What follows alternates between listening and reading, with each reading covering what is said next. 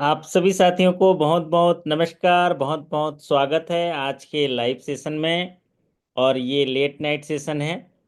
सर्दियों का मौसम है, नींद भी आ रही होगी, लेकिन हम सभी बैंकर साथी हैं। आप लोगों को एक चीज़ तो ज़रूर सीखना होगा, वो है अपने आप जो ये शरीर बना है ना, उस शरीर के जो ऑप्टिमम यूटिलाइजेशन या इसका बेस्ट परफॉर्मेंस कैसे लिया जाए बैंकिंग इंडस्ट्री में काम करते हुए, उसको सीखना पड़ेगा।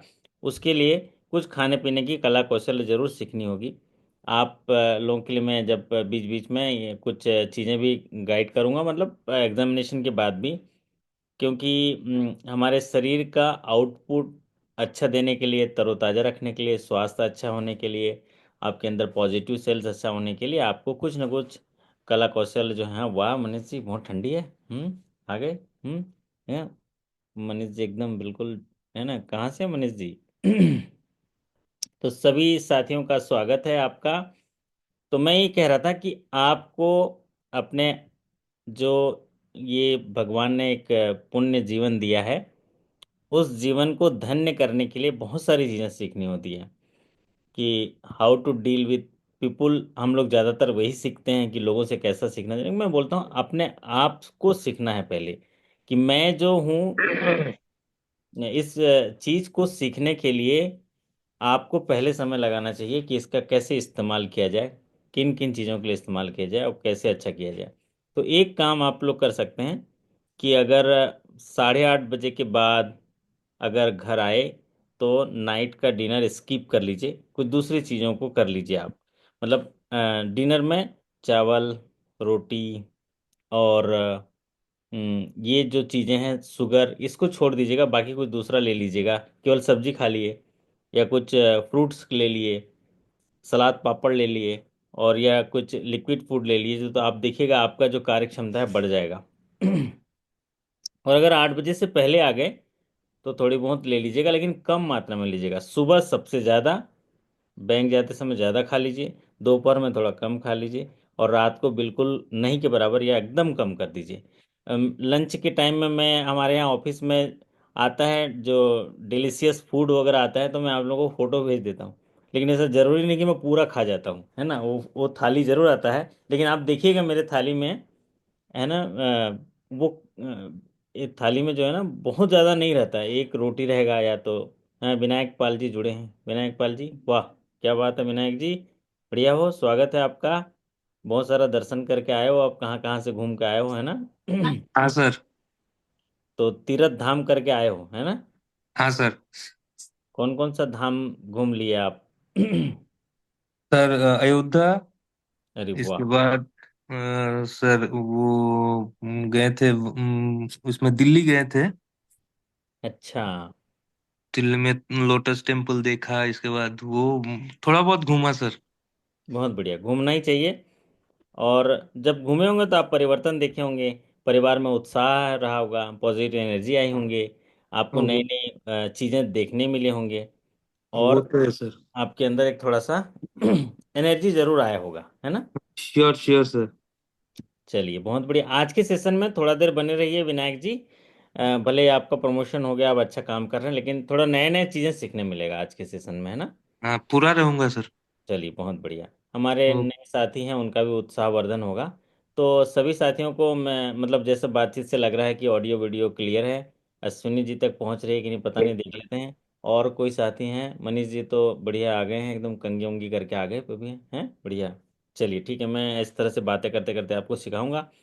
और कभी भी ना ऊपर नीचे होता है जिंदगी। जैसे अभी एक सेशन था, आप लोगों का बहुत चैट आ रहा था, मैं देखा, मैं वो सेशन कनेक्ट नहीं हो पाया। बहुत बढ़िया सेशन था, इसके पहले वाला भी। सवाल आप लोगों के लिए बहुत अच्छे सवाल लेके आया था मैं, बट किसी कारणवश नहीं हो पाया, उसको कल कर लेंगे। आज मैं जो सवाल लेके आया हूँ, आप उस पर चर्चा करते हैं। पहला सवाल स्क्रीन पर लूंगा। ये सवाल कुछ लेटेस्ट अपडेट पर है, और बैंकिंग, जनरल बैंकिंग पर है, जो आपके आने वाले प्रमोशन एग्जाम के लिए इंपॉर्टेंट होगा। पहला सवाल आपकी स्क्रीन पर है। As of July 2024, the Reserve Bank of India defines bulk deposit for scheduled commercial bank and small finance bank as a single rupee term deposit of rupees how much and above. भारतीय reserve bank ने जुलाई 2024 में bulk deposit के definition में एक नया बड़ा बदलाव किया, जो कि शेड्यूल कॉमर्शियल बैंक और फाइनेंशियल जो स्मॉल फाइनेंस बैंक के लिए एक थ्रेशोल्ड लिमिट जो था पहले, वो 1 करोड़ था, जिसे बढ़ाकर वो क्या कर दिया है, ये सवाल पूछा गया है। और इसमें आरआरबी के भी बल्क डिपॉजिट में भी परिवर्तन हुआ है। तो सवाल चूंकि शेड्यूल कॉमर्शियल बैंक का पूछा गया है, तो जवाब भी उसी आधार पर होगा। हमारे साथी जो हैं उत्साह के साथ जवाब दे रहे हैं। आप लोगों को लगता होगा इतना लेट नाइट सेशन होता है, कोई बात नहीं, होता तो है कम से कम, है ना। सुबह भी आप देख सकते हैं। कोशिश तो ये रहती जल्दी जल्दी सेशन हो, लेकिन कुछ न कुछ जीवन में बाधा आ ही जाती है। आपको लगता होगा कि मैं भी जल्दी पढ़ाने के लिए कोशिश करूंगा, आप कुछ दिन जो है आगे पीछे उसको रिशेड्यूल करेंगे तो आप लोग के लिए अच्छा रहेगा। और लेट नाइट तो मैं आपको जगा के रखने की मादा रखता हूँ, पूरा रात भर जगाने के लिए मैं आपको रख सकता हूँ, मेरे अंदर इतनी एनर्जी है और फिर 4 बजे फिर आपको रेलवे स्टेशन बुला सकता हूँ, वहाँ पोहा जलेबी खा सकते हैं, चाय पी सकते हैं, और फिर 6:30 बजे फिर मैदान में खेल भी सकते हैं। और फिर चिड़चिड़ाहट भी नहीं आएगी, क्योंकि ये साधना है। क्योंकि हमने इस शरीर के बहुत सारी चीज़ों को सीखने में सामर्थ्यता जो है, कुछ प्रयास जो किया है उसमें थोड़े बहुत सफल हो रहे हैं वैसे बहुत सारी चीज़ें हमको जीवन में सीखना चाहिए। तो यहाँ पर सीखने के लिए आप सभी साथियों ने सवालों का जवाब दे दिया है।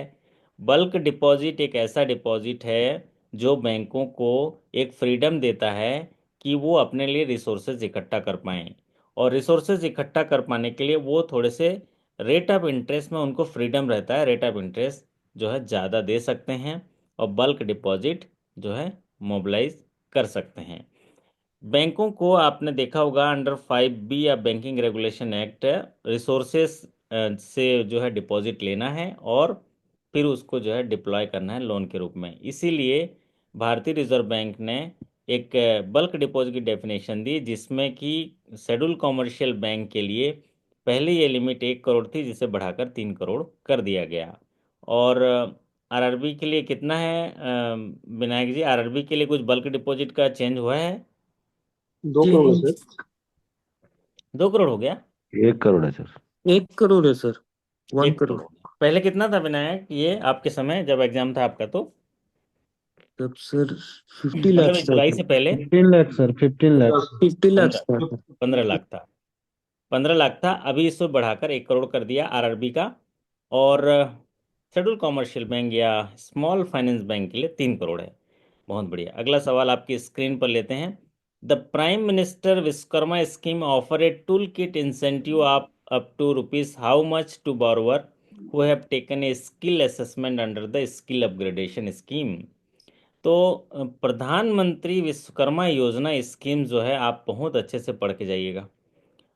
इसमें स्केल वाइज क्या चेंजेस कर रहा है, जैसे क्लरिकल टू ऑफिसर है तो सीधा पूछ लेगा कि प्रधानमंत्री विश्वकर्मा योजना में मैक्सिमम लोन कितना दिया जाता है, रीपेमेंट क्या है, ये सारी चीज़ें पूछ लेगा। लेकिन हायर स्केल में एलिजिबिलिटी पूछ रहा है, और 3-4 सवाल उसके ऑप्शन दे रहे हैं, और तीनों में से जो है बेस्ट सही क्या है वो पूछ रहे हैं।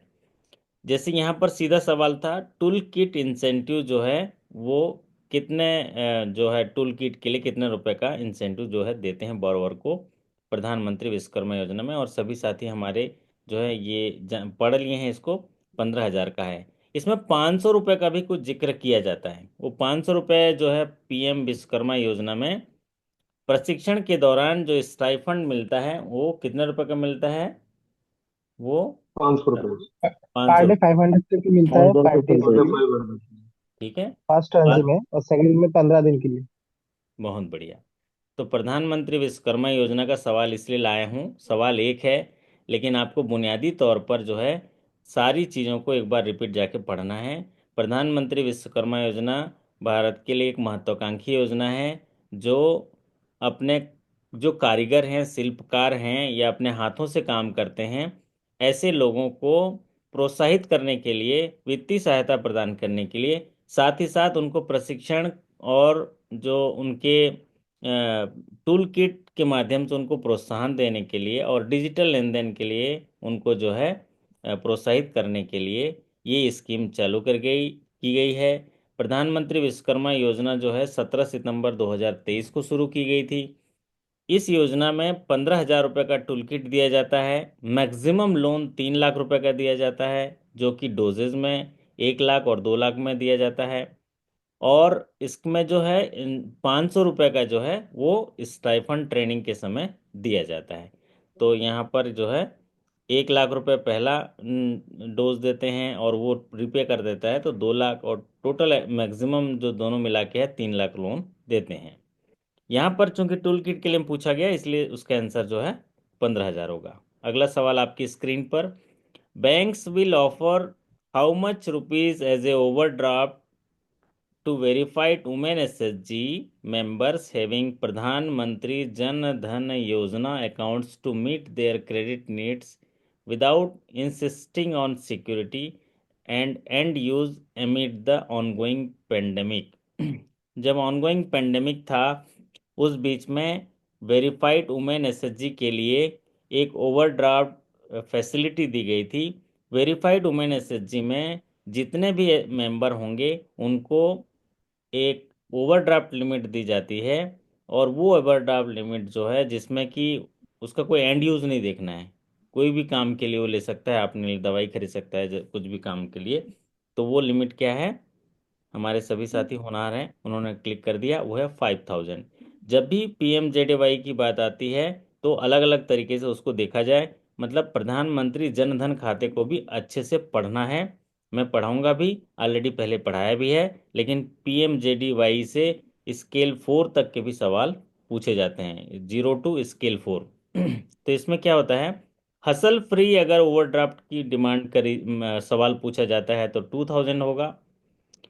मैक्सिमम ओवरड्राफ्ट अंडर पीएमजेडीवाई पूछेंगे तो 10,000 होगा।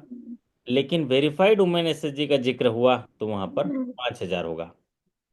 वेरीफाइड वुमेन एसएचजी की बात आती है तो 5,000 होगा। जहां भी वेरीफाइड वुमेन एसएचजी में आता है सवाल, तो 1 लाख रुपए का जो है वो उनको लोन भी होता है, और कोई अगर ग्रेजुएट वहां पर मेंबर है तो उसको 10 लाख रुपए का मुद्रा लोन भी देना है। ये भी जिक्र किया गया women self help group verified women SHG में। चलिए सवाल बढ़ते हैं। सवाल 4 आपके स्क्रीन पर है। तरुण श्रेणी के अंतर्गत मुद्रा ऋण की सीमा क्या है? तरुण श्रेणी में विनायक मुद्रा लोन के 3 कैटेगरी होते हैं, याद है कि भूल गए आप? सर नहीं तरुण सर, याद प्लस है भी सर। होता है क्या है? हाँ बपीदा, बताओ बताओ। हाँ हाँ, तरुण प्लस बल्कि भी क्या है नया? अच्छा, तो ये सवाल का जवाब क्या होगा आपके हिसाब से? मतलब इसका तो 10 लाख है। 10 लाख होगा इसका?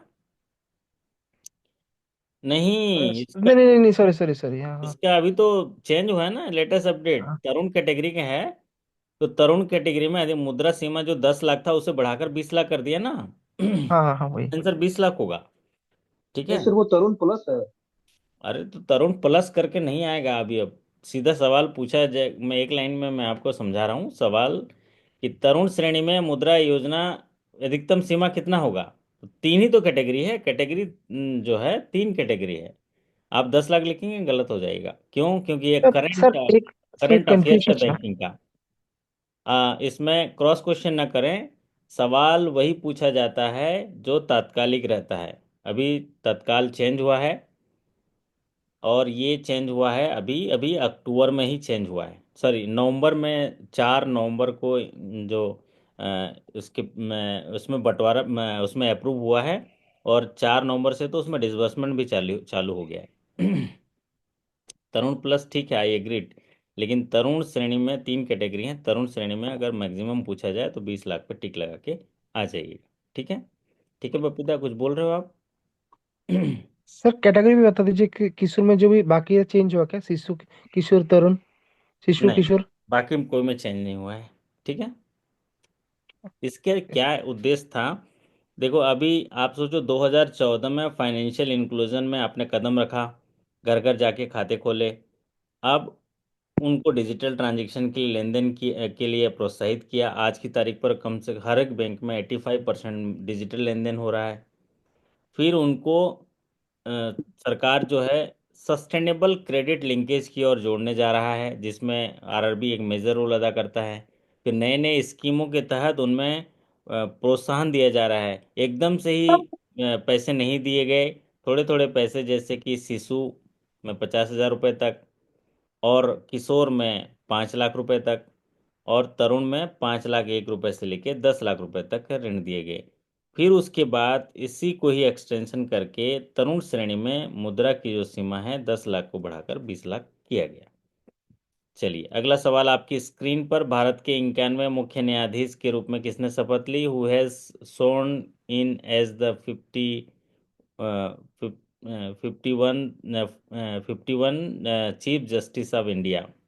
तो चीफ जस्टिस ऑफ इंडिया अभी जो हैं कौन हुआ? ये जनरल नॉलेज का सवाल है, हायर स्केल में पूछ सकता है, जहाँ पर जीके होता है। कॉमर्शियल बैंकों में एक पार्ट होता है जनरल नॉलेज, तो उनके बारे में पूछा जाता है। और बाकी जो हमारे क्लरिकल वाले साथी हैं वहाँ पर जनरल नॉलेज नहीं पूछा जाता है, तो इसीलिए वहाँ पर आप जो है नहीं देखेंगे तो भी चलेगा, लेकिन जानकारी जरूर रखिए। चीफ जस्टिस जो है अभी भारतीय न्यायपालिका और सर्वोच्च न्यायालय का अध्यक्ष होता है। और भारत का जो अभी इसके पहले थे कौन थे?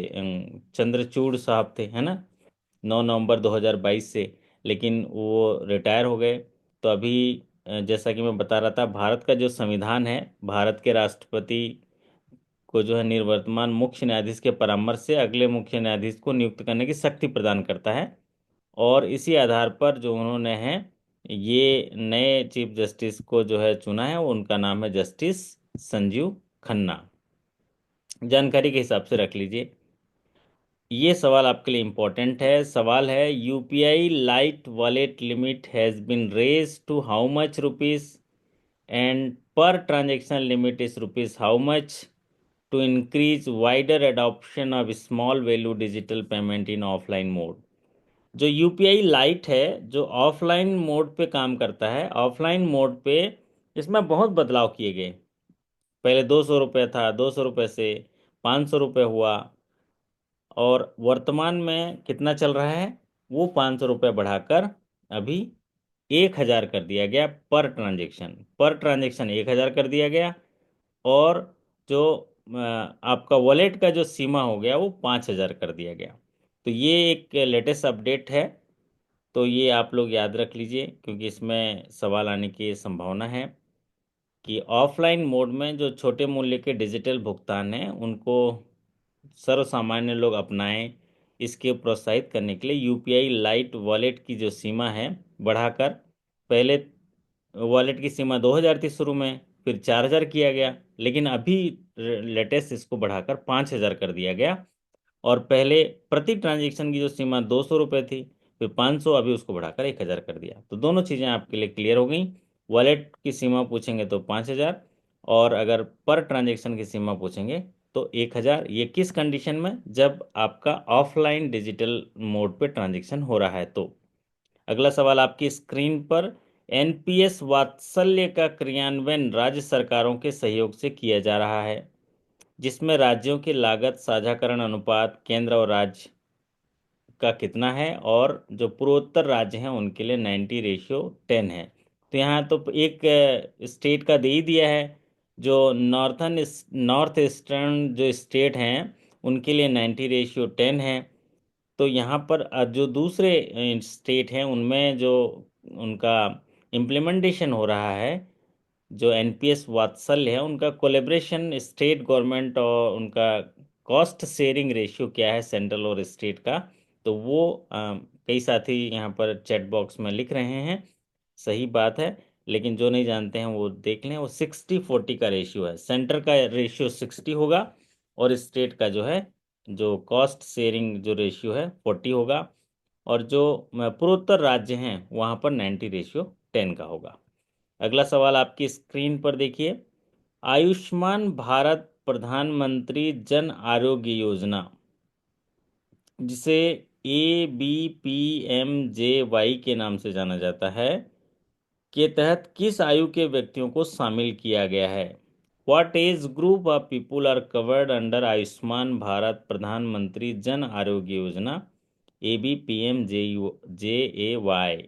60 साल से अधिक, 70 साल से अधिक, 75 साल से अधिक, या 80 साल से अधिक। तो हमारे साथी जो है, कई साथियों का सुझाव भी आया था कि सर ये स्कीम के बारे में जो है बता दें, जन आरोग्य के बारे में। लेकिन चूंकि छोटी सी जानकारी थी इसलिए हमने प्रॉपर नहीं लिए, लेकिन सवाल पूछे जा रहे हैं इसलिए हम लोग इस पर भी एक सेशन जो है आने वाले दिनों में ले आएंगे। लेकिन यहाँ पर तो एक छोटा सा सवाल पूछा गया है कि कौन से एज वालों को यहाँ पर शामिल किया गया है। और आप जो है, अब लेटेस्ट अपडेट इसमें ये है कि 70 साल या उससे ज़्यादा के जो हैं, मतलब एक महत्वपूर्ण कदम लिया है। ये कब लिया है? अभी हाल ही में 11 सितंबर 2024 को जो भारत है, प्रधानमंत्री जन आरोग्य योजना में एक बड़े विस्तार की मंजूरी दी। और इस निर्णय के मुताबिक अब ये 70 वर्ष या उससे अधिक के आयु वर्गों को स्वास्थ्य कवरेज देने में उपलब्ध होगा, और चाहे उसकी आयु और कितनी भी हो। ये 4 अक्टूबर को ये जो है चीज़ें आई हैं। इस योजना का जो मकसद है, भारत में 10 करोड़ गरीब और कमज़ोर परिवार के लोगों को कवरेज देना है। और आयुष्मान भारत प्रधानमंत्री जन आरोग्य योजना, जैसे कि आप जानते हैं, इस योजना के तहत हर परिवार को 5 लाख रुपए तक का मुफ्त इलाज मिलता है। कितना? 5 लाख रुपए तक का मुफ्त इलाज मिलता है, आय की परवाह किए बिना। सभी वरिष्ठ नागरिकों को इसका लाभ मिलता है। तो पहला चीज़ है इसमें, इसका ऑब्जेक्टिव कि 10 करोड़ गरीब और कमज़ोर परिवारों को कवर करना है। दूसरा, इस योजना में हर परिवार को 5 लाख रुपए तक का कवरेज देना है, मुफ्त इलाज। और जो इसका जो लेटेस्ट अब चेंज किया है, इसके कवरेज को बढ़ाया है, वो है 70 वर्ष या उससे अधिक आयु के वरिष्ठ नागरिकों को भी स्वास्थ्य कवरेज मिलेगा। तो ये आप लोग इसको जान गए होंगे। इस योजना में जो अभी चेंज हुआ है वो है 70 वर्ष या अधिक के आयु को शामिल किया गया है। अगले सवाल देखते हैं। सवाल आपके स्क्रीन पर है। भारतीय रिजर्व बैंक ने म्यूचुअल फंड की सदस्यता, बीमा प्रीमियम का भुगतान और क्रेडिट कार्ड बिलों के भुगतान के लिए कितने रुपए तक के लेन देन के लिए अतिरिक्त प्रमाणीकरण, मतलब जो उसको क्या बोलते हैं, एडिशनल फैक्टर, AFA बोलते हैं, additional factor of authentication, AFA। और अभी इसका फुल फॉर्म भी किसी बैंक में पूछा था। AFA का फुल फॉर्म क्या होगा? Additional factor of authentication. तो इसके लिए छूट दी गई है कितने रुपए तक के भुगतान के लिए। इसके ऊपर का अगर भुगतान होता है तो एडिशनल चाहिए। The Reserve Bank of India has exempted the requirement of additional factor of authentication for transaction up to how many rupees for mutual fund subscription, payment of insurance premium, payment of credit card bills. तो यहाँ पर जो है वो limit जो है 1 लाख रुपए तक की छूट दी गई है। आप ध्यानपूर्वक इसको देखेंगे तो देखेंगे कि जैसे कि क्रेडिट कार्ड बिल्स है तो खुद का क्रेडिट कार्ड बिल्स पटाएंगे, और पेमेंट ऑफ इंश्योरेंस प्रीमियम और म्यूचुअल फंड, इसके लिए 1 लाख रुपए तक का अगर पेमेंट करते हैं तो वहाँ पर सेकंड जो एडिशनल फैक्टर ऑफ ऑथेंटिकेशन को एजम्प्ट किया गया है। ये बात आप याद रख लीजिए। अगला सवाल आपकी स्क्रीन पर। भारत के केंद्र शासित प्रदेश लक्षद्वीप की भाषा क्या है? तो लक्षद्वीप काफ़ी फेमस में अभी है, तो इसीलिए जनरल नॉलेज के क्वेश्चंस में ये शामिल किया गया है इसको। तो यहाँ की मलयालम है। The language of Lakshadweep, the union territory of India is Malayalam. ठीक है, तो लक्षद्वीप जाइए, वहाँ से मलयालम सीख के आइए। और ये हम प्रमोशन में सफलता पाने के बाद जरूर जाएंगे, एक डेस्टिनेशन कवर करके आएंगे। अगला सवाल आपकी स्क्रीन पर देखिए। RBI has propose to introduce which type of payments in UPI which would allow an individual primary user to set a UPI transaction limit for another individual secondary user on the primary user's bank account। भारतीय reserve bank ने एक नया जो है प्रस्ताव शुरू किया है। उसमें यूपीआई जो ट्रांजैक्शन होगा, जिसमें जो प्राइमरी यूज़र है वह व्यक्ति अपने स्वयं के बैंक खाते में किसी अन्य व्यक्ति उसका उपयोग कर सकता है। इसके लिए एक नया फीचर शुरुआत किया है यूपीआई लेन देन के लिए, और उसकी सीमा निर्धारित करने के लिए अनुमति देगा जो प्राइमरी यूज़र है। तो इसको जो है क्या बोला गया है इसको, मतलब जैसे अभी मनीष जी का यूपीआई है और अपने घर में वो किसी और को भी ऐड कर देते हैं, वो भी ट्रांजेक्शन कर सकते हैं। तो इस तरह की चीज़ों को यहाँ पर क्या किया गया है, ऑप्शन है delegated payment, structured payment, digitise payment and digital currency payment. तो यहाँ पर जैसे, हाँ अश्विनी जी बोल रहे हैं डिजिटल करेंसी पेमेंट, अच्छा ये नहीं है, ये डेलीगेटेड पेमेंट है। क्या है? Delegated payment. डेलीगेटेड पेमेंट मतलब आपने किसी और को भी पेमेंट करने के लिए डेलीगेट कर दिया है। प्रत्यायोजित भुगतान बोलते हैं। तो आप तो मेन यूज़र हो, उसके साथ साथ आप किसी और को ऐड कर दिए हो, वो भी इस्तेमाल कर रहा है। तो सेकंड यूज़र जो है ये इस्तेमाल कर रहा है, प्राइमरी यूज़र बैंक अकाउंट के यूपीआई ट्रांजेक्शन में। तो ये जो है आप लोग उसको डेलीगेटेड पेमेंट कहते हैं। अगला सवाल आपकी स्क्रीन पर इम्पोर्टेंट सवाल है, what amount of housing loan provided in metro city is considered under priority sector revise guideline. अगर महानगरों में हाउसिंग लोन जो है प्रदान किया जाता है, तो कितने रुपए तक की लोन की राशि जो है प्रियोरिटी सेक्टर का हिस्सा होगा। मतलब ये क्वेश्चन आपको हिंट भी देते हैं कौन कौन से टॉपिक को हमें पढ़ना है। जब भी हम क्वेश्चंस पढ़ते हैं ना, फिर उन उन टॉपिक को हमें पढ़ना है। तो यहाँ पर देखिए हाउसिंग लोन प्रियोरिटी सेक्टर के तो सारे आइटम्स जो हैं प्रियोरिटी पर हैं। Agriculture, MSME, education loan, housing loan, export credit, social infrastructure, renewable energy, vehicle section, इनको तो पढ़ना ही पढ़ना है। हमारे सभी साथी होनहार हैं, क्योंकि एक दिन पहले ही हमने पढ़ा था कि अगर 35 लाख रुपए तक का लोन होता है हाउसिंग लोन, तो मेट्रो एरिया में उसको प्रियोरिटी सेक्टर का हिस्सा माना जाता है, बशर्ते उसका प्रोजेक्ट कास्ट 45 लाख होना चाहिए। अदर देन मेट्रो की बात करें तो मैक्सिमम लोन 25 लाख होना चाहिए और उसका प्रोजेक्ट कास्ट 30 लाख होना चाहिए। तो आप लोगों को याद हो गया है, तो ये आप लोग सीधे आंसर यहाँ पर लिख दिए 35 लाख। अगला सवाल आपकी स्क्रीन पर देखिए, what is the maximum loan amount that can be granted under Credit Guarantee Fund Trust for Micro and Small Enterprises under CGTMSE schemes? ये सवाल जो है नया सवाल है, एकदम ताज़ा सवाल है कि सूक्ष्म और लघु उद्यमों के लिए credit guarantee fund trust CGTMSC योजना के तहत दी जाने वाली अधिकतम ऋण राशि कितनी है।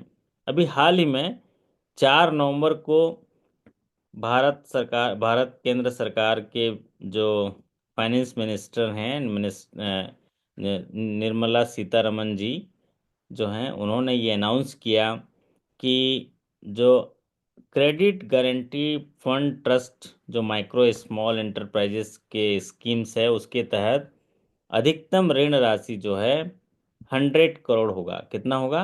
100 करोड़।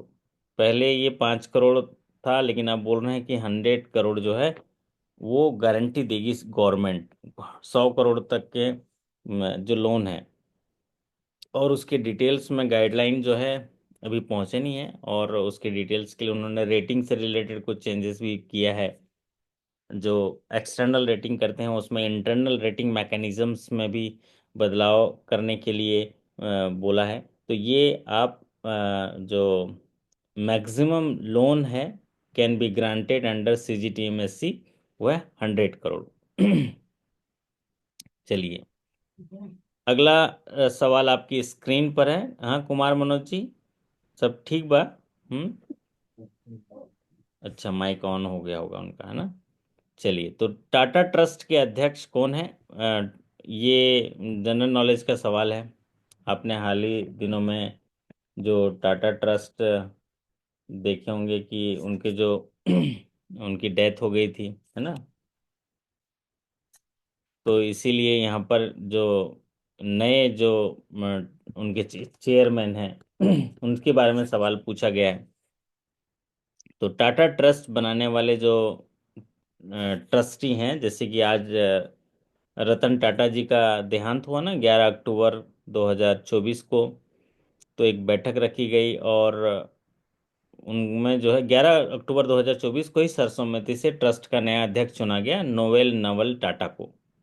नोएल नवल टाटा को ही उसका ट्रस्ट का नया अध्यक्ष नियुक्त किया गया। तो ये जनरल नॉलेज से जुड़ा सवाल है। नोएल टाटा, इसको जो है नए टाटा के ट्रस्ट जो उसके चेयरमैन वही हैं। तो टाटा ग्रुप की जो विरासत है अब कौन संभालेंगे? वो संभालेंगे टाटा ग्रुप में जिनकी सबसे हिस्सेदारी है। हालांकि ये जो रतन टाटा हैं, दिवंगत रतन टाटा के सौतेले भाई हैं, और ये संभालेंगे। और टाटा ग्रुप में इसके चेयरमैन पहले रतन टाटा थे। और उन्होंने किसी को अपना उत्तराधिकारी नहीं बनाया था, न ही उन्होंने शादी की थी। तो सर्वसम्मति से टाटा ट्रस्ट के बोर्ड ने नोएल टाटा को सर्वसम्मति से उनका अध्यक्ष बनाया। और जैसा कि 9 अक्टूबर को देर रात उनका देहांत हो गया था, और 11 अक्टूबर को ही उन्होंने जो है इनको घोषणा की, नोएल टाटा जी को। अगला सवाल आपकी स्क्रीन पर, आरबीआई के दिशा निर्देशों के अनुसार बल्क डिपॉजिट की नई परिभाषा क्या है? तो यहाँ पर बल्क डिपॉजिट की नई परिभाषा, अभी शायद पहला ही सवाल था कि या मतलब हम लोग अभी चर्चा ही कर किए थे, पहला ही सवाल होगा, ये रिपीट हो गया होगा। तो आरबीआई के गाइडलाइन के अनुसार जो कॉमर्शियल बैंक हैं उनमें बल्क डिपॉजिट 3 करोड़ या उससे अधिक के अगर एक सिंगल डिपॉजिट आता है तो बल्क डिपॉजिट, और आरआरबी में अगर 1 करोड़ या उससे अधिक का सिंगल डिपॉजिट आता है तो उसको बल्क डिपॉजिट कहते हैं। ये सवाल रिपीट हो गया। जब कोई निवासी भारतीय भारत के बाहर निवासी बन जाता है तो उसके मौजूदा निवासी खाते को क्या कहा जाता है? When a resident Indian becomes a person resident outside India, his existing resident account should be designated as। तो एक है रेसिडेंट इंडियन, और रेसिडेंट इंडियन भारत के बाहर मतलब एनआरआई बन जाता है, तो उसका जो मौजूदा अकाउंट है वो क्या हो जाता है? मौजूदा अकाउंट मतलब सेविंग अकाउंट है, वो क्या हो जाएगा? अब हो जाएगा नॉन एनआरओ अकाउंट हो जाएगा। नॉन रेसिडेंट ऑर्डिनरी अकाउंट, इसका फुल फॉर्म क्या है? जब कोई भारतीय नागरिक भारत के बाहर का निवासी बन जाता है तो उसका जो पहले से मौजूदा अकाउंट है वो अब नॉन रेसिडेंट ऑर्डिनरी अकाउंट हो जाएगा। इस अकाउंट में क्या होता है? एनआरओ अकाउंट में जो इंडिया का इनकम भी जमा होता है और बाहर का इनकम भी जमा होता है, इसको बोलते हैं एनआरओ। और वो टैक्सेबल होता है, बाकी एनआरई और वो उसमें टैक्स नहीं लगता, इसमें जो है टैक्सेबल होता है। अगला सवाल बहुत ही इंपॉर्टेंट सवाल, प्रेजेंट सीआरआर कितना है? 4%, 4.5%, 6.25%, 6.5%। अभी हाल ही में मॉनेटरी पॉलिसी कमेटी की बैठक हुई थी जिसमें सीआरआर जो कैश रिजर्व रेशियो होता है, बैंकों को एक अपने net demand and time liability का कुछ हिस्सा कैश के रूप में रखना होता है, उसमें कटौती किया गया। और पहले 4.50 था जिसे घटाकर 4% किया गया। तो आप लोग इसको न्यूज़ में देखे भी होंगे और एक आध बार सेशन में भी डिस्कशन किए होंगे। तो इस ये रिपीटेशन में इसलिए हुआ है क्योंकि एग्जामिनेशन में अभी ये पूछे जाने वाला है, इसीलिए आप लोग को ये सवाल लाया गया है। अगला सवाल आपकी स्क्रीन पर, ये भी जनरल नॉलेज से जुड़ा हुआ है। SIMA an AI gaming agent recently developed by which one of the following company? एक गेमिंग जो आर्टिफिशियल इंटेलिजेंस में गेमिंग एजेंट है सीमा, और इस सीमा को जो है कौन विकसित किया है? तो ये तो जनरल नॉलेज का है, इसको गूगल ने किया है। जिसने किया है? गूगल ने। तो सीमा मतलब अब इसके बारे में डिटेल आप लोग गूगल करिएगा, है ना। आजकल तो आर्टिफिशियल इंटेलिजेंस का ज़माना है, इसको ज़रूर जानिए और इसका फ़ायदा आप भी उठाइए जो इन्फॉर्मेशन लेने के लिए, और उस इन्फॉर्मेशन को बैंकिंग बिजनेस में तब्दील करिए या अपना जो नॉलेज इन्हांस करने में करिए। अगला सवाल आपकी स्क्रीन पर है। नई खोली गई शाखाओं का लेखा परीक्षण शाखा खोलने के कितने महीनों के अंदर किया जाना चाहिए? अगर बैंक नई शाखाएं खोलती हैं तो जो नई शाखाएं खोलेंगी वो उनका रिस्क कैटेगरी क्या रखा जाता है, और उनका ऑडिट जो उसमें फ्रीक्वेंसी है वो क्या होती है? तो जब भी मैं इंटरनल ऑडिट पॉलिसी पढ़ाता हूँ, कल भी पढ़ाया था, एक कुछ दिन पहले पढ़ाया था यूबीजीबी का, तो उसमें बताया था कि जो नई ब्रांच है उसको हाई रिस्क में देखा जाता है। भले अभी हाई रिस्क में कैटेगराइज तो ऑडिटर करेगा, लेकिन फिर भी उसको हाई रिस्क की तरह देखा जाता है, और उसमें जो लेखा परीक्षा होता है 6 महीने के अंदर की जाती है। तो audit of newly open branch should be conducted with in 6 month of the opening of branch. 6 महीने ब्रांच खुलने के 6 महीने के अंदर लेखा परीक्षा हो जानी चाहिए, ऑडिट हो जानी चाहिए। ये बात आप ध्यान रख लीजिए। एग्जामिनेशन में अभी नवंबर के एग्जामिनेशन में ये सवाल आया था। अगला सवाल आपकी स्क्रीन पर देखिए। एक नाबालिग के लिए शुरू की गई राष्ट्रीय पेंशन योजना का नाम क्या है? एक नेशनल पेंशन स्कीम्स लॉन्च किया गया, जो देश के वित्त मंत्री श्रीमती निर्मला सीतारमन जी ने लॉन्च किया था। और पूरे देश भर में अलग अलग जगहों में मेरे ख्याल से 200 से जगह में वीडियो कॉन्फ्रेंस के माध्यम से शुरू किया गया था। इसलिए किया गया था कि बच्चे छोटे हैं, नाबालिग हैं, तो उनके लिए उनके जो पेरेंट्स हैं जमा करें, और थोड़ी थोड़ी राशि जमा करके उसका जब 18 साल हो जाता है, तो एडल्ट हो जाता है, तो वो फिर नए पेंशन नेशनल पेंशन स्कीम्स में अपग्रेड कर सकता है। नहीं तो कुछ हिस्सा जो है एन्युटी में चला जाएगा और कुछ हिस्सा जो है विड्रॉ कर सकता है। एन्युटी में जाना मतलब एक मुश्त पैसा वहाँ चला जाता है, फिर उसके बाद उसको पेंशन में मिलेगा। तो ये इसका जो योजना का नाम है एनपीएस वात्सल्य। क्या है? एनपीएस वात्सल्य ये योजना का नाम है। और इसके लिए हम लोगों ने एनपीएस वात्सल्य के लिए हम लोग जो है सेशन भी ले चुके हैं और वीडियो भी आपके पास अवेलेबल होगा। फिर भी इसमें जो है नया स्कीम्स लॉन्च हुआ है, तो इसलिए आप इसको ज़रूर पढ़ लीजिए।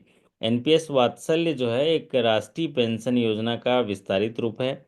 इस योजना के तहत जो होता है ना, बच्चों की आर्थिक स्थिति को मजबूत करने के लिए सरकार ने एक पहल किया है। सरकार क्या चाहती है कि इसमें जो निवेश है उनके पेरेंट्स करेंगे, और फिर उसके बाद जब ये उनको एक प्राण नंबर दिया जाएगा। क्या नंबर दिया जाएगा? जो नाबालिग सब्सक्राइबर हैं उनको परमानेंट रिटायरमेंट अकाउंट नंबर दिया जाएगा। मतलब फ्यूचर में वो रिटायर होने के लिए अभी से प्राण नंबर दिया गया, अभी से बचत करने की आदत दिया डाला जाएगा, ताकि जब वो अभी जवान देश है भारत, एक दिन बूढ़ा देश बनेगा, तो उस समय जो है उसको पेंशन मिल पाए। इसके लिए ये एनपीएस वात्सल्य शुरू किया गया है। चलिए अगले सवाल पर आपकी स्क्रीन पर देखिए। अगला सवाल, भारतीय नौसेना ने आईएनएस तुसील का निर्माण किस देश के सहयोग से किया गया? अभी हाल ही में आईएनएस तुसील जो है उसको शामिल किया गया नेवी में, और ये किसके देश के सहयोग से बना है? तो ये जनरल अवेयरनेस का क्वेश्चन है। सीधा सीधा रशिया के सहयोग से बनाया गया है। भारतीय नौसेना में ये नया आईएनएस जो है तुसील शामिल किया गया, तो उसका निर्माण रशिया के सहयोग से किया गया है। राष्ट्रीय जो भुगतान निगम है, जिसको एनपीसीआई कहते हैं, national payment corporation of India, उसने बड़ा बदलाव किया है और यूपीआई का जो यूजेस है ट्रांजैक्शन का, उसको बढ़ाकर जो है कितना किया है? अगर कोई व्यक्ति टैक्स पेमेंट करना चाहता है, तो पहले जो है ये राशि को बढ़ाकर अभी सिंगल ट्रांजैक्शन कितना कर दिया है। देखिए, यूपीआई में अगर कोई टैक्स पेमेंट करना चाहता है या गवर्नमेंट सिक्योरिटी खरीदना चाह रहा है, तो पहले ये लिमिट 2 लाख थी। कितनी थी? 2 लाख। सुमन जी सही बोल रहे हैं, है ना? पहले 2 थी। अब इसको बढ़ाकर कितना कर दिया गया है? अभी बढ़ाकर 5 लाख कर दिया गया। National payment corporation India has increased the transaction limit of tax payment using UPI by allowing people to send 5 lakhs in a single transaction। पहले ये सीमा 2 लाख थी। नॉर्मली ट्रांसफ़र करने के लिए 1 लाख सीमा है, लेकिन अगर कोई टैक्स पेमेंट या गवर्नमेंट सिक्योरिटी या उसमें ट्रेड वगैरह में करना चाहता है, तो 5 लाख कर दिया गया। अगला सवाल आपकी स्क्रीन में, वात्सल्य पेंशन योजना एनपीएस वात्सल्य के अंतर्गत अगर कोई माइनर अंशदान करना चाहता है, तो वो न्यूनतम अंशदान कितना है? What is the minimum contribution per year for minor under वात्सल्य एनपीएस स्कीम्स? तो 500, 1000, 1500 और 2000। तो अब सभी साथी जो हैं जान गए होंगे। चैट बोर्ड में देख पा रहा हूँ, वो है 1000। न्यूनतम जो कंट्रीब्यूशन है 1000 है। अगला सवाल आपकी स्क्रीन पर देखिए। एनआरआई जो खाता है वो किस रूप में खोला जाता है? नॉन रेसिडेंट इंडियंस ऐसा व्यक्ति होता है जो पिछले वित्तीय वर्ष में 182 दिन से ज़्यादा जो है विदेश में रहा, तो उसको नॉन रेसिडेंट इंडियन कहते हैं। तो वो किस रूप में खाता खोल सकता है? बचत खाते के रूप में, चालू जमा खाते के रूप में, या आवर्ती और सावधि जमा खाते के रूप में? तो NRE होना चाहिए, यहाँ पर NRE होना चाहिए, NRI। तो ये सभी खाता खोल सकता है, बचत खाता भी खोल सकता है, चालू खाता भी खोल सकता है, रिकरिंग और फिक्स डिपॉजिट कोई भी खोल सकता है।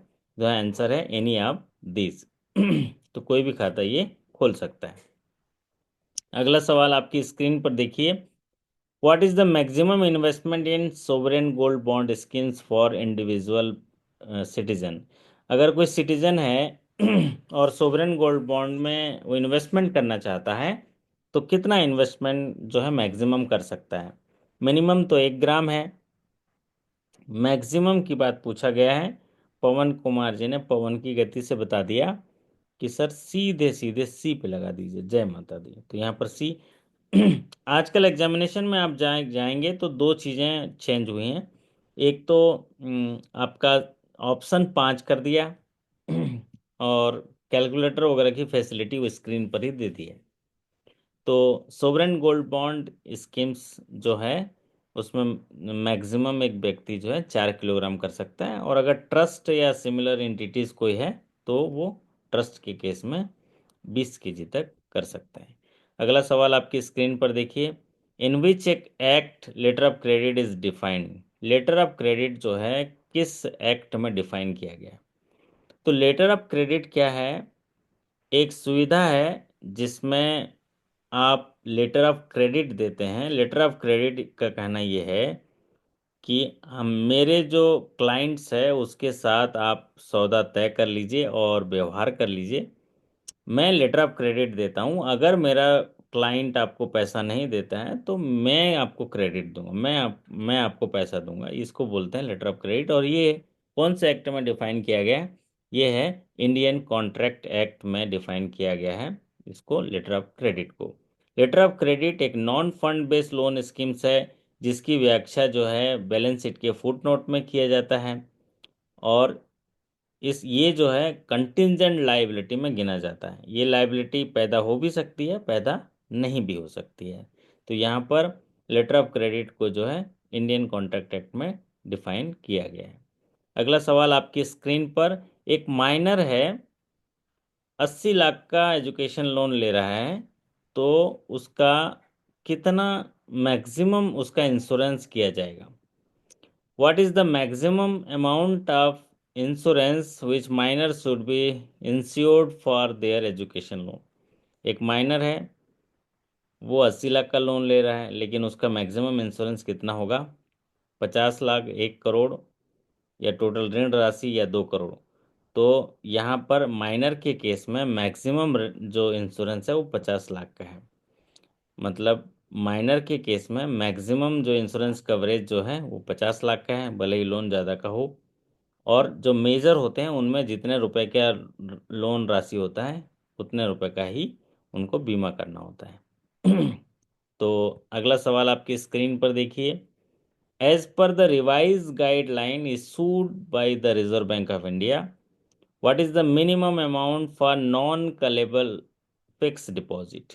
नॉन कॉलेबल फिक्स डिपॉजिट एक ऐसी सुविधा होती है, ऐसी जमा सुविधा होती है ग्राहकों के लिए कि उसको कॉल नहीं कर सकते वो जी। जैसे मान लीजिए 1 साल के लिए रखें तो 1 साल पहले उसको वापस नहीं मांग सकते। इसमें रेट ऑफ इंटरेस्ट थोड़ा ज़्यादा होता है। तो रिजर्व बैंक ऑफ इंडिया ने अभी रिवाइज गाइडलाइन जारी किए हैं, और नॉन कॉलेबल सावधि जमा के लिए न्यूनतम राशि जो है, पहले ये 15 लाख का था, अभी जो है न्यूनतम राशि जो है बढ़ाकर 1 करोड़ कर दिया गया है। मतलब अगर कोई नॉन कॉलेबल में जमा करना चाहता है तो कम से कम 1 करोड़ रुपया जमा करेगा।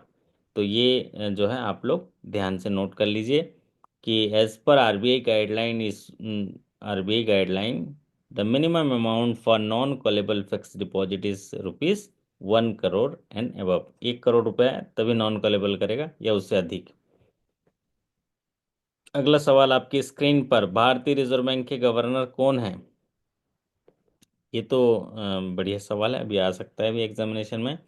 भारतीय रिजर्व बैंक के जो नए गवर्नर अभी हाल ही में नियुक्त किए गए हैं, सभी साथी नाम सुने भी होंगे। आरबीआई जो गवर्नर हैं एक न्यूज़ मैंने भी बताया था और सेशंस में आप लोगों को बताया था कि 11 दिसंबर को जो है उन्होंने नया कार्यभार संभाला है। श्रीमान संजय मल्होत्रा। किसने संभाला है? संजय मल्होत्रा, जो पहले राजस्व और सचिव भारत के थे, उन्होंने आरबीआई के गवर्नर जो शक्तिकांता दास जी हैं उनका जगह लिया, क्योंकि रिजर्व बैंक के गवर्नर शक्तिकांता दास जी का कार्यकाल 10 दिसंबर को कंप्लीट हुआ। संजय मल्होत्रा जी जो हैं उन्होंने ये पद संभाला है। उनके कार्यकाल के बाद जो शक्तिकांता दास जी के 10 साल का 10 दिसंबर को ये कार्यकाल पूरा हो गया।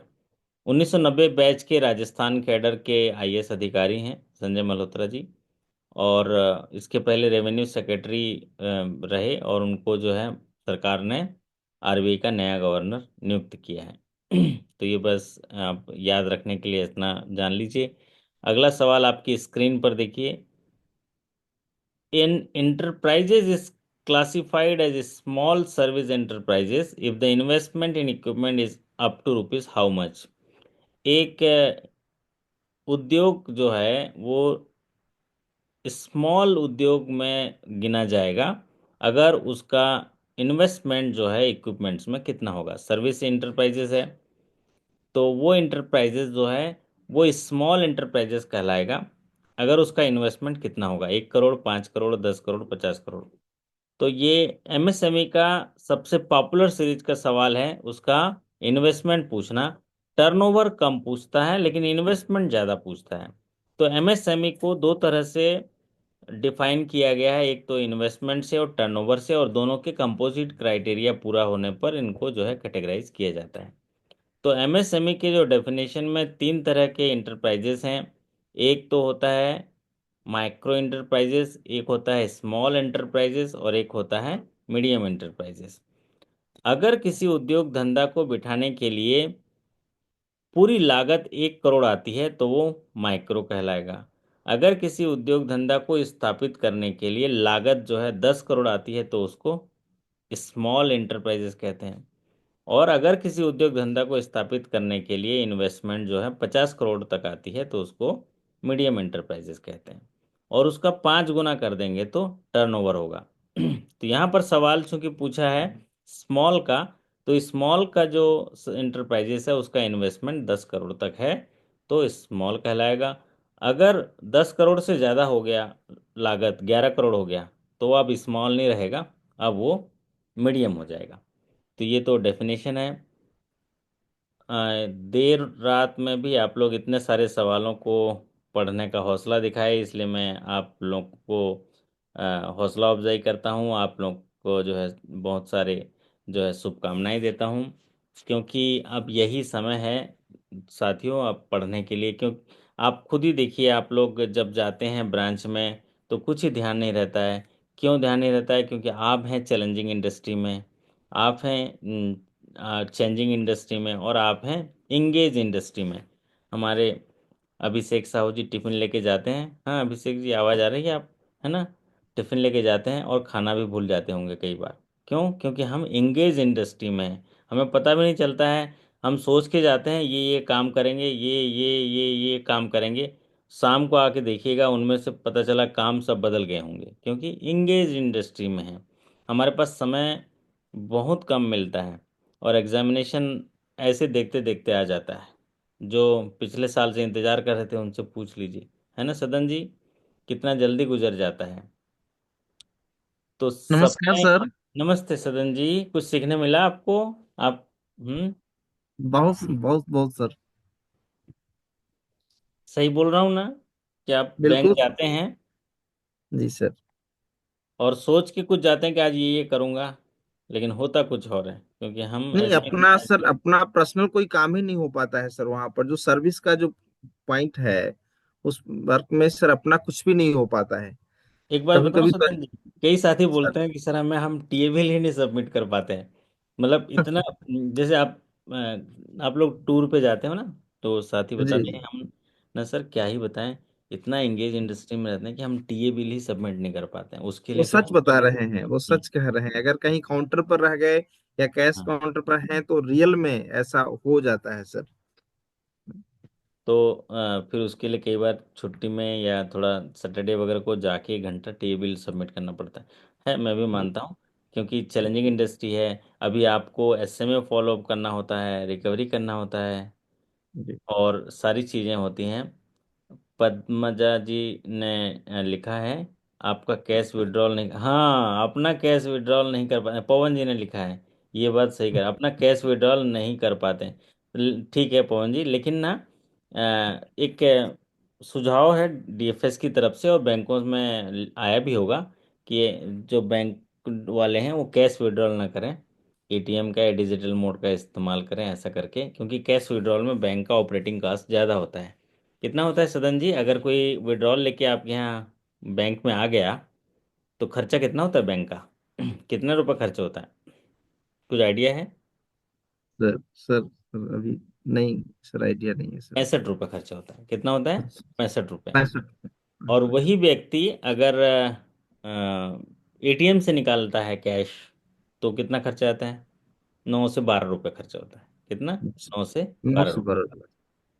अच्छा, एक कोई साथी बोल रहे हैं एम्प्लॉय को मना हो गया, हाँ बताया ना, एम्प्लॉय वगैरह को जो है ये सा सर्कुलर आया है कि आप नहीं निकाल सकते, या हो सकता है कोड में कैश ट्रांजेक्शन भी हटा देते हैं वहाँ। अच्छा, और वही ट्रांजेक्शन अगर इंटरनेट बैंकिंग से कर दिया जाए तो 4 से 5 रुपये। और वही ट्रांजेक्शन सदन जी गूगल जी पे या और जो ये आपका यूपीआई वगैरह से कर लें तो कितना खर्चा आता है? और भी बहुत कम, 1 रुपया, 2 रुपये ऐसे, है ना? तो अ, सबसे ज़्यादा जो है आपका फ़ायदा है कि ऑनलाइन मोड पे ट्रांजेक्शन करें, कैशलेस डिजिटल इकोनॉमी रहें, क्योंकि कैश जो लेन देन है उसमें भी तो सरकार का खर्च होता है। एक साथी ने कमेंट लिखा है, सर आपकी बातें बहुत मोटिवेट करती हैं। थैंक यू सर, बहुत बढ़िया बात है। और मैं हमेशा मोटिवेट करता रहूँगा, क्योंकि मैंने वो, आपको क्या लगता होगा कि वो सारी कठिन चीज़ों से मैं गुजरता हूँ और मैं उनका सामना भी करता हूँ। तो मैं नहीं सर, सर ये हम्म, मैं कहना चाहूंगा, ये हम्म, सच बात है सर। हालांकि ये सर सीधे तौर पर आपकी ये लग रहा है कि सर का बड़ाई किया जा रहा है, बट मैं सर प्रैक्टिकली भाव में देख रहा हूँ। अभी मेरा एग्जाम भी हो गया सर और इंटरव्यू भी हो गया, बट सर आपकी क्लास आने के बाद सर नींद नहीं आती है। और रियल में सर कुछ ना कुछ सीखने का मौका मिलता है, बहुत चीज मिलता है सर सीखने का। बहुत बढ़िया। हाँ, मैं भी आप लोगों से जल्दी कनेक्ट होने की कोशिश करता हूँ, लेकिन बहुत सारी चीज़ें होती हैं अपने हिसाब से नहीं चलती हैं। मतलब जी कुछ सोचो कुछ होता है, बट मेरे में ये अंतर है कि मैं नर्वस नहीं होता, मैं मतलब परेशान नहीं होता, कि जो हो रहा है अच्छे के लिए हो रहा है। कुछ चार साथी भी पढ़ने आएंगे तो मैं पढ़ा दूंगा, और जो साथी मान लीजिए नींद आ गई सो भी गए हैं तो कल देख लेंगे, उसमें क्या बुराई है। लेकिन अब जब कोई चीज़ नहीं हो पा रहा है टाइमली, तो थोड़ा मैं उसमें परेशान नहीं होता। लेकिन कोशिश करेंगे कि हम लोग जल्दी जल्दी मिलेंगे। और पेड़ जरूर लगाइए, पीछे कुछ स्क्रीन में देख पा रहे हैं सदन जी? जी सर। जी सर। तो पेड़ लगाना, तो इसको कैसे कर सकते हैं? जैसे हमारे परिवार में 4-5 सदस्य हैं, तो उनका जब जब बर्थडे होगा ना, तो उनको बर्थडे में एक पौधे को नया जीवन देने के लिए उसको पौधा लगा दीजिए। तो एक शुरुआत करिए, ग्रीन बर्थडे इनिशिएटिव लीजिए, और प्रकृति के नाम, माँ के नाम, अपने जो भी जहाँ रहते हैं उस धरती के नाम जो है एक पेड़ जरूर लगाइए। क्योंकि पेड़ जो हैं कितनी सारे हमारी जो सांसें हैं, हमारा जो जीवन है, उनको लिए कितना बहुमूल्य है।